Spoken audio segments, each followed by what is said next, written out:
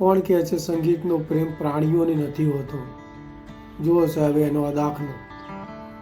Proof સાથે આ બેન ગિટાર બજાવે છે અને આ ઘોડો પણ ગિટાર બજાવે. તમે જુઓ આ બેન જોડે આવે છે, એ પણ ગિટારનો શોખીન થઈ ગયો છે.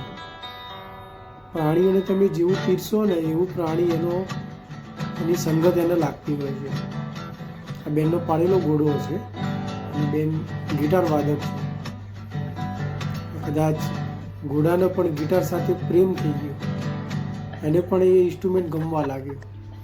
જુઓ સાહેબ, ઘોડાને કેવી ખબર પડે છે કે આ ગિટારના આ તાર છે, આ તારના આ રીતે કરવાથી એમાંથી ધ્વનિ અવાજ ઉત્પન્ન થશે.